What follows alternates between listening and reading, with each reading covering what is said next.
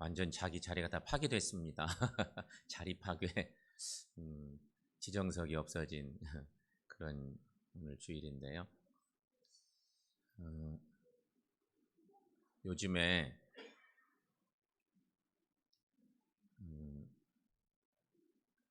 전국의 모든 교단별로 다 동일한데 모든 교단의 신학대학에 신학생들이 지원이 거의 반토막 났습니다. 다 공통된 현상입니다. 한마디로 말하면 목사 안 하겠다는 것입니다.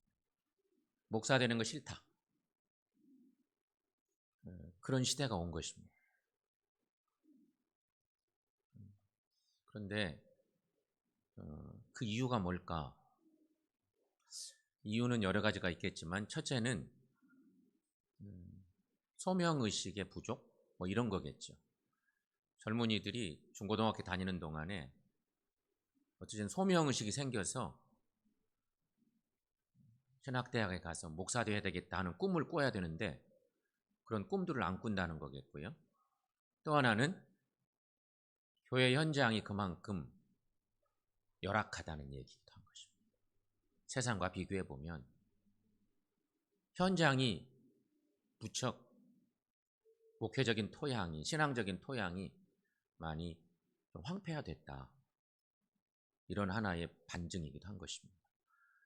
그런 현상들이 요즘 이렇게도 나타납니다. 그것이 하나의 현상일지 모르지만 우리 교회가 속해 있는 노회가 대전노회인데 대전노회 사무실이 부여 동남교회에 있습니다. 그 중심 역할을 하는 교회이기 때문에 부여 동남에 부목사 TO가 안 채워집니다. 그런 현상이 갑자기 작년부터 나타나고 있는 것입니다. TO가 있잖아요. 근데 노회 중심교회인 동남교회도 부목사를 청빙하고 싶은데 청빙이 안 되는 거예요. 서울 쪽에도 좀 그런 현상이 없잖아 있지만 덜한데 대도시는 덜한데 중소도시에 있는 대형 교회라도 부목사들이 안 온다는 얘기인 것입니다. 그런 현상들이 나타나고 있는 거예요. 그게 교회의 모습입니다. 그런데 또 하나 현상, 대부분의 교회에서 그럼에도 불구하고 대부분의 많은 교회들은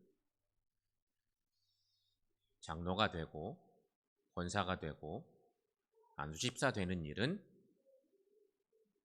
조금 약간의 과열들이 있는 거지.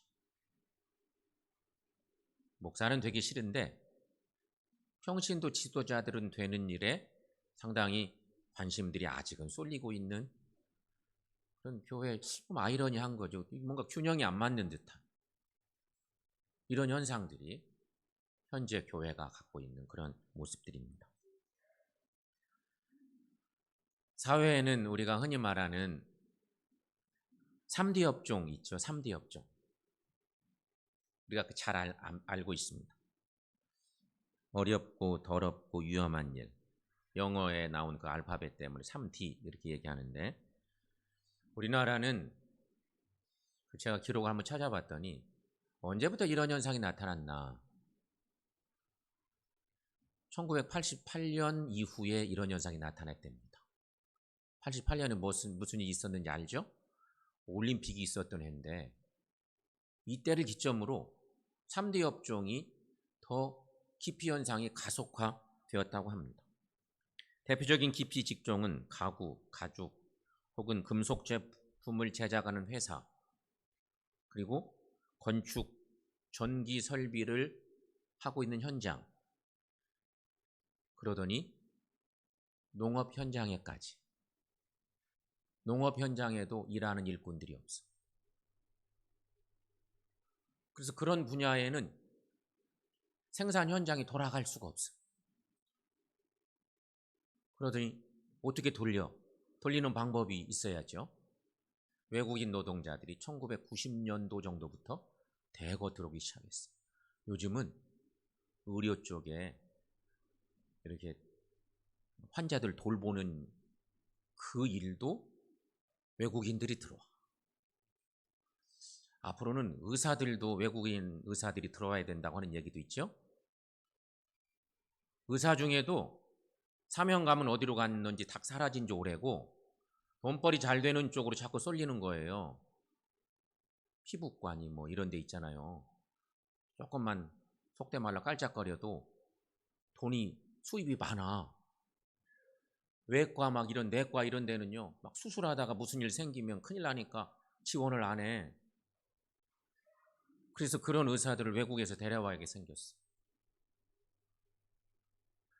이런 현상. 교회는 어떨까요? 교회에도 3D 사역이 있습니다.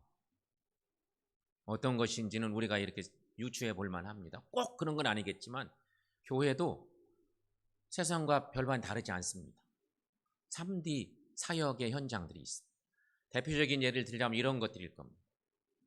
새벽 예배, 차량 봉사. 새벽 예배 나오는 것도 힘든데 차량 봉사까지 해야 돼? 에이, 그런 거 안 해. 이렇게 되는 거지. 또 교회에 청소 봉사하는 일. 그것도 힘든 일이고요. 특별히 주방 봉사하는 일. 그렇죠? 만나 사역. 팀들 만나 사역하는 일 어렵고. 또 하나 무척 어려운 3D 교회의 3D 사역 중에 하나, 교회학교 교사 봉사. 교회학교 교사 봉사하려면 힘들어요. 여러 모양으로. 아이들하고만 있는 시간이 많고 애쓰고 힘쓰는 시간들 많고 이런 모습들 있습니다. 교회에는 많은 사역자들이 있습니다. 그러나 유감스럽게도 그들이 모두 주님을 기쁘시게 하는 것은 아닙니다.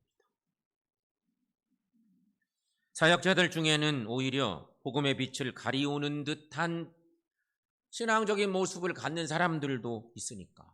물론 그들이 그런 마음을 가지고 시작하는 것은 결코 아니겠지만 잘못된 소명이 그런 환경을 조성하고 있다는 것입니다. 우리가 흔히 말할 때 사명과 소명을 자꾸 섞어 쓰기도 합니다. 사명과 소명, 이게 비슷한 말 같아서, 하지만 전혀 다릅니다. 순서를 따지자면 소명이 먼저이고 그 다음이 사명입니다.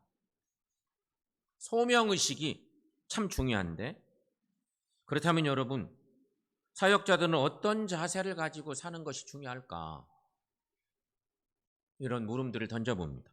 오늘날 교회 사역자들이 착각하고 있는 것 중 가장 위험한 것은 소명이 주님으로부터 온다는 사실을 잊고 있는 일인 것입니다.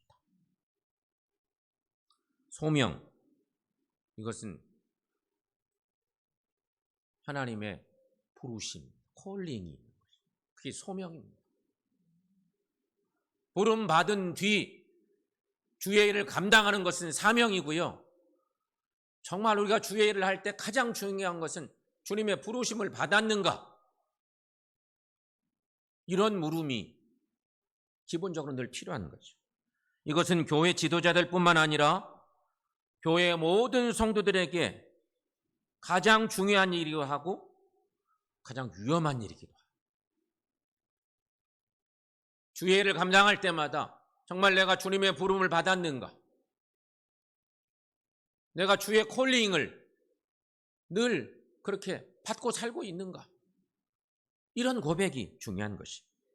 요즘 사역자들의 자격을 논할 때, 물론 이것은 목회자들 측면의 얘기들이지만 교회의 중요한 사역자들을 논할 때 보통 어느 신학대학을 나왔냐,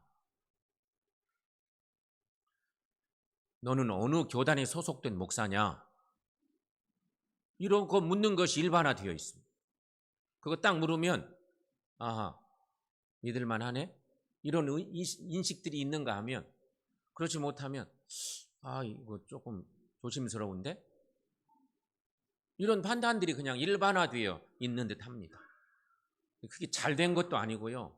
근데 문제가 됐다는 것도 아닌데 그런 자격 같은 것들을 자꾸 논하다 보니까 교회 일반 사역자들 중에 또 이런 위험성들이 있기도 합니다. 그런 것을 자꾸 사람들이 챙겨내니까 이상한 공부들을 또 막 하는 거예요. 그러다가 이상한 가짜 학위 비슷한 것들을 받기도 하고, 안타깝게도 이 가짜 학위 논란에 많이 휩쓸리는 것이 종교계이기도 해요. 그런 걸 막 원하니까 어디에 출처를 뒀는지도 확실히 모르겠는데 이상한 학위들을 한 거야. 외국 학위들을. 그것이 한참 막 유행했어요. 그러다가 요즘은 그런 인식이, 외국 학위? 에이, 대부분 가짜인 것 같아요. 국내 학위가 훨씬 나은 것 같아요. 이런 역전현상이 또 나타나기도 하는 시대이기도 해요. 물론 여러분, 사역자가 되기 위해서는 훈련도 필요하고 자질도 있어야 하고 많은 지식과 경험도 필요합니다. 하지만 무엇보다 중요한 것은 주님으로부터 소명받는 일입니다. 주님으로부터 소명받는 일이 중요한 거예요. 나는 하나님께 소명을 받은 자인가? 나는 하나님의 부르심을 받은 자인가? 여기 중요한 하나님의 부르심이라고 하는 것은요, 어느 시대마다 하나님께서 필요하셔서 하나님이 불러주신 일꾼인가? 그것이 중요한 거예요. 구약 성경에서 하나님의 소명을 받은 대표적인 인물 찾아보라면 많겠지만 모세 생각해 볼 수 있습니다. 모세. 분명 모세는 하나님으로부터 특별하게 부르심을 입은 자였습니다. 그러나 잊지 말아야 될 중요한 사실이 하나 있습니다. 모세 얘기. 지난주일에도 모세 얘기를 좀 했었는데요. 더욱 중요한 사실은 그가 과거에 지도자로서 실패한 경험을 가지고 있는 사람이라는 것입니다. 모세는 40대 되던 해에 이스라엘 민족을 위하여 무엇인가를 할 수 있다고 확신했던 사람이었습니다. 스스로 생각한 것입니다. 내가 이만하면 이제는 민족의식을 가지고 이 피지배를 받고 있는 이 불쌍한 우리 민족들을 구해내는 데 내가 힘을 좀 보태야 되겠다. 스스로 그런 확신을 했던 사람이었습니다. 그래서 이집트 사람을 죽였고 자신들의 민족 문제에 관여하고자 하죠. 스스로. 그러나 그는 결국 이집트로부터 도망해야 됐고 광야에서 40년을 목자로서 지내야만 했습니다. 하나님은 비록 모세가 이집트 왕궁에서 최고의 학문과 지도력을 훈련받았다 할지라도 당시 그런 세계 구도로 보면 이집트 왕궁에서 학문을 배우고 그렇게 훈련을 받았다 그러면 거의 세계 최고 대학에 가서 학위를 하고 온 거 거의 똑같은 역할이었을 거예요. 그렇게 잘 자랐어요. 그런데 하나님은 그랬다 할지라도 그가 스스로 주님의 일을 하고자 했을 때는 쓰시지 않습니다. 내가 이만하면 주의 일을 할 만하다. 불쌍한 우리 민족을 구해내야지. 이런 생각을 하고 스스로 나섰는데 하나님 막으신 거예요. 그때는 하나님이 쓰실 생각이 없었어요. 하지만 여러분, 모세가 미디안 광야에서 목자로서의 생활에 익숙해집니다. 피난 가서 한 번도 경험 못했던 경험을 하는 거죠. 40년 동안 왕궁에서 호의호식하며 자랐을 텐데 광야에 쫓겨나서 거기서 목자 생활을 하는 것입니다. 미디안 광야에서 목자로 생활에 익숙해지고 이집트에서 일들을 거의 잊어갈 무렵, 한마디로 속된 말로 이집트 왕궁의 때가 다 벗겨지는데 40년이 걸린 거예요. 그때 80세가 된 모세를 하나님이 부르십니다. 40세 됐을 때는 혈기왕성해서 하나님 일을 하겠다고 막 나섰는데 하나님이 너 하셨던 거예요. 80세 됐을 때는 하나님이 불러들이셨어요. 참 중요한 이야기입니다. 이때 모세는 이미 늙은 자신이 무엇을 할 수 있느냐고 하나님께 항변했습니다. 하지만 하나님은 그를 쓰셨고 결국 이스라엘 백성은 이집트 땅에서 건져내는 그 위대한 하나님의 구원 사역을 이루는데 일조하게 되는 거죠. 하나님의 소명이 이렇게 중요하다는 얘기입니다. 그런가 하면 여러분, 예수님 시대, 신약 시대에는 예수님의 제자들 가운데는 스스로 주님의 제자가 되기를 원해서 제자가 된 사람은 한 사람도 없었습니다. 그들은 모두 주님의 부르심에 응답한 자들이었다는 것입니다. 우리는 베드로가 주님에게 얼마나 관심을 끌기 위해 노력을 했는지를 잘 알고 있습니다. 베드로는 주님의 뜻을 알기 위해 노력했고 수차례에 걸쳐서 자신의 신앙을 보이려고 했죠. 심지어 예수님께서 죽으시면 자신이 먼저 따라 죽겠다고, 주님이 죽음의 일들을 혹 겪게 되신다면 나도 주님과 함께 죽겠다고 막 그렇게 다짐했던 베드로이기도 했었습니다. 여러분, 마태복음 26장에 35절 말씀 한번 읽어볼까요? 함께 읽습니다. 베드로가 이르되 내가 주와 함께 죽을지언정 주를 부인하지 않겠나이다 하고 모든 제자도 그와 같이 말하니라. 아멘. 그러나 여러분, 이러한 베드로조차도 주님을 부인하고 심지어 저주하면서 배반하고 돌아섰습니다. 베드로는 비록 오랜 시간 동안 주님으로부터 훈련을 받았지만 아직은 쓰임받을 수가 없었던 자였습니다. 그러나 베드로는 주님 앞에 회개하고 마가의 다락방에서 성령이 임하기를 기다렸습니다. 그리고 오순절날 성령이 임했을 때 비로소 베드로는 사역자로서 일을 시작할 수 있었다는 것입니다. 베드로를 사역자로 만들 수 있었던 것은 주님 곁에 있었기 때문도 아니고 주님께 훈련을 받았기 때문도 아니었고 성령의 부으심을 받은 후였다 하는 것입니다. 하나님의 소명에 관한 이야기를 또 하나 생각해 보자면 우리가 꼭 기억해야 할 인물이 또 하나 있던 그가 바울입니다. 사도 바울입니다. 바울은 그가 쓴 서신서가 13권이 있다고 하잖아요. 꼭 그런 표현을 쓴 건 아니지만 대부분의 바울의 서신서에는 서신을 시작하는 인사말쯤에 자기를 소개하는 소개란에 꼭 있는 표현의 말씀이 이런 말씀입니다. 하나님의 뜻으로 말미암아 그리스도 예수의 사도된 바울은, 이런 표현입니다.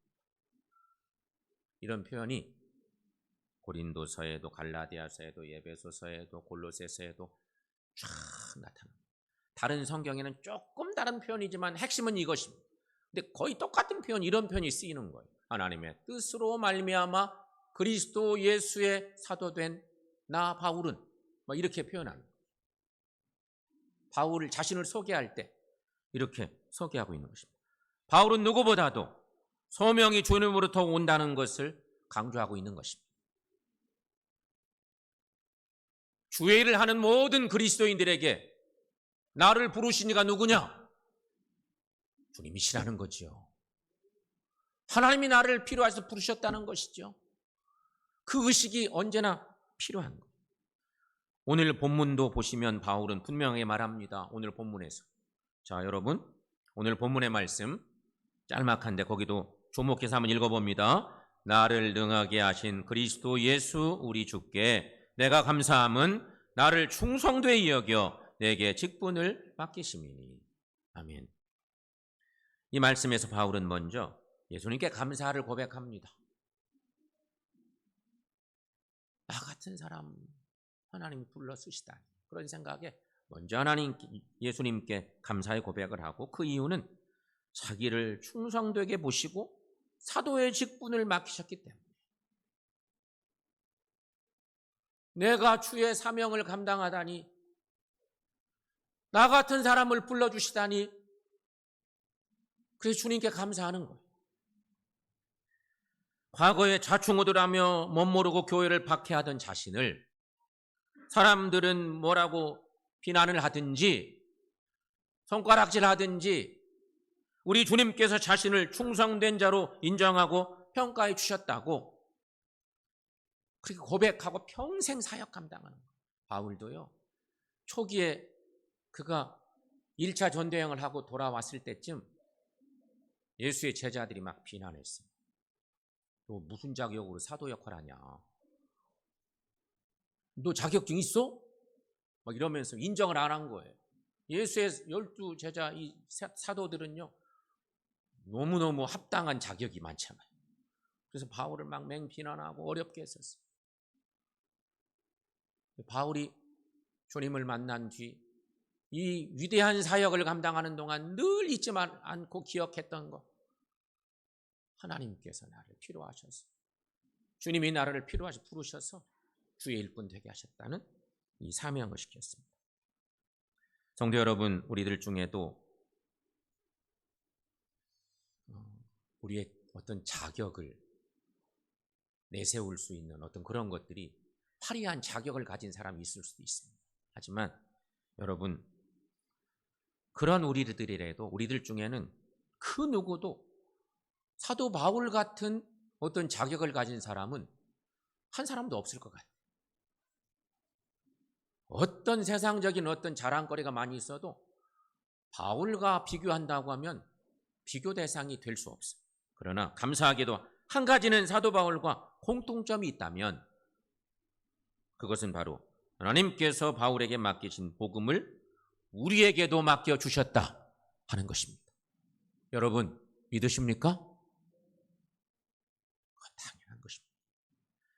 우리를 충성되게 여기셔서 직분을 주시고 복음을 감당하도록 역할을 주셨다는 거죠.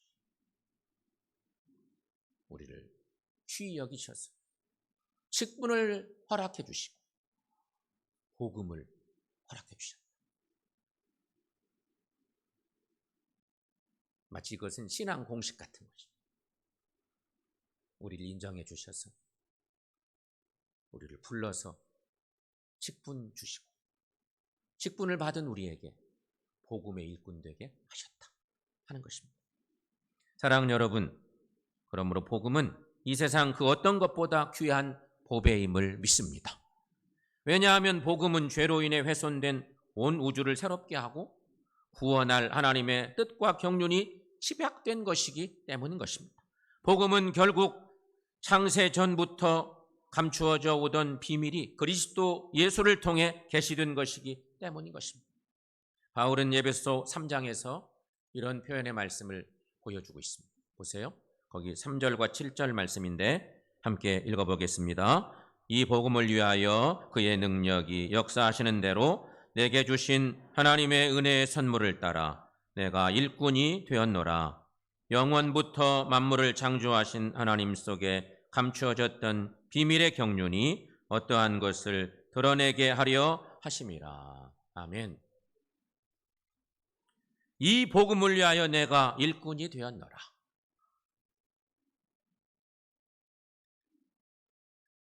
바로 그것입니다. 여러분, 교회에서 받은 주님이 주신 직분은 복음 때문입니다. 바울이 그걸 확실히 고백합니다. 이 복음을 위하여 내가 일꾼이 되었노라. 바로 그것이. 복음은 지혜 중에 지혜입니다. 복음은 능력 중에 능력입니다. 복음은 계시 중에 계시입니다. 복음은 이런 능력이 있으니 여러분, 복음은 그러므로 하나님의 생명입니다. 그래서 성경은 천사들조차도 이 복음을 살펴보기를 원했다고 증거하는 내용도 있어요. 천사들이 너무너무 호기심이 많은 거야. 이 복음을 우리도 살펴보고 싶어. 성경의 기록이 그런 기록이 있어요. 베드로전서 1장 12절 말씀에 여러분 함께 읽어봅니다. 이것은 하늘로부터 보내신 성령을 힘입어 복음을 전하는 자들로 이제 너희에게 알린 것이요 천사들도 살펴보기를 원하는 것이니라. 아멘. 그런데 이 귀한 복음을 예수님께서 우리에게 맡겨 주셨습니다. 특별히 이 귀한 복음을 교회학교 선생님들에게 맡겨 주셨습니다. 어린아이들에게 예수님 가르치라. 천국을 알려주라고. 우리 모두에게 복음을 주셨지만 우리 교회학교 선생님들에게 우리 하나님께서 복음을 허락해 주셨습니다. 그렇다면 여러분, 우리가 이 사명을 어떻게 감당해야 될까 생각해 봅니다. 여기 큰 재산을 가진 만석군 주인이 하나 있다고 해봅시다. 만석군 주인이 있어. 그런데 이 주인은 자기 재산을 누군가에게 맡기고 길을 떠나야 될 일이 생겼어. 누구에게 맡길까? 이 만석군 주인은 생각하겠죠. 내가 이 집을 떠나서 오랫동안 떠나야 되는데 이 귀한 재산을 누구에게 맡길까? 고심고심하면서 잠도 못 이룰 것 같아요. 몇 날 며칠 고민하고 고심하다가 맡길 수 있는 사람을 찾는다면 누구겠어요? 충성되고 정말로 믿을 만한 사람. 자기 집에 그동안 같이 있었는데 살펴보니 변함없고 충성되고 믿을 만한 그런 사람에게 믿고 만석군 주인이 자기 재산을 딱 맡길 것입니다. 그리고 걱정 없이 길을 갔다가 떠났다 다시 오겠죠. 하나님도 마찬가지라고 생각합니다. 그렇습니다, 여러분. 하나님께서 우리를 충성되게 보시고 믿어주신다는 증거. 그래서 우리에게 하나님은 귀한 직분을 허락해 주셨음을 믿습니다. 사랑하는 여러분, 한번 이렇게 따라해 보겠습니다. 주님께서 나를 충성되게 여겨 내게 직분을 주셨습니다. 한 번 더, 한 번 더 넘겨보세요. 큰 거 더 넘겨보세요. 자, 저 부분인데, 자, 함께 큰 소리로 읽습니다. 주님께서 나를 충성되게 여겨 내게 직분을 주셨습니다. 다시 한번 시작. 주님께서 나를 충성되게 여겨 내게 직분을 주셨습니다. 여러분 믿습니까? 그렇다면 신실한 복음의 일꾼들이 되시길 바랍니다. 그러면 우리 주님은 그러한 우리의 모습을 보시고 기뻐하시고 주님 나라를 더 확장시켜 나가는 우리 하나님이 되실 겁니다. 이런 은혜의 삶을 살아가는 저 여러분들 모두가 되시고, 특별히 오늘 스승의 주일 예배 드리는데 정말 눈에 딱 보이게 복음을 딱 손에 쥐어주신 분들이 누구냐? 교회학교 선생님들이에요. 금방 표가 나. 더 많이 표가 나는 거예요. 아이들은 천사 같아서 그 말씀을 얼마나 잘 먹는지 몰라요. 이 사명을 잘 감당해서 하나님 나라 주님을 영화롭게 하는 귀한 백성들 다 되시기를 축원합니다.